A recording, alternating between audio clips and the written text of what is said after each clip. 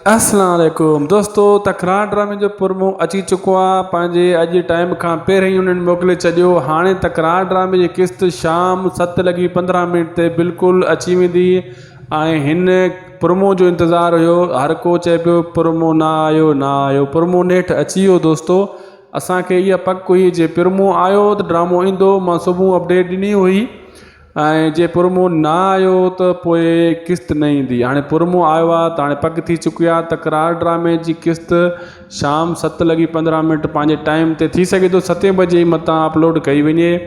ऐं जेको आहे हाणे ड्रामो यको ई हलंदो रहंदो। इन शइ जो इंतज़ारु हुयो ऐं इन शइ ते लगातार असां अपडेट कंदा रहियासीं तव्हांखे चाॾे काॾे, ऐं तव्हां अपडेट ॾिसंदा बि रहिया आहियो।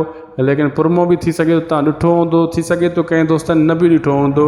उन्हनि खे इहो ई ॿुधाए छॾियो त प्रोमो अची चुको आहे, यानी तकरार ड्रामो अॼु शाम राति 7:15 ते हली वेंदो। उन खां पहिरियों बि थी सघे थो हलाए सघनि था। ऐं प्रोमो दोस्तो 2 ॾींहं लेट मोकिलियो अथनि ऐं 3-2:30 बजे मोकिले छॾियो अथनि, यानी टाइम इन जो इहो न हुयो। प्रोमो जो टाइम 5 बजे हूंदो आहे, उहो बि छंछरु वारे ॾींहुं। छंछर ते बि न मोकिलियऊं, आचर ते बि न मोकिलियऊं, अॼु सूमरु सम्झी वञी करे शाम जो 2:30 बजे मोकिले छॾियऊं। मतिलबु टाइम खां आउट करे ऐं पोइ मोकिलियऊं। मां अॼु हिकिड़ी अपडेट ॾिनी हुई, 10 मिंट जी अपडेट हुई दोस्तो। उन में मूं ॿुधायो, उहा वीडियो मथे पई हूंदी त छाजे करे ईअं कंदा आहिनि, लेट मेट ड्रामो कंदा आहिनि त चांस ऐं व्यूज़ वधाइण जे लाइ ईअं कयो वेंदो आहे। तॾहिं इन्हनि ड्रामो रोकियो हूंदो। हल ड्रामो थी सघे थो मसइलो हुजे, प्रोमो मोकिलण में छा आहे मसइलो। प्रोमो मोकिलण में त को मसइलो न हुयो न, मोकिले सघनि पिया न।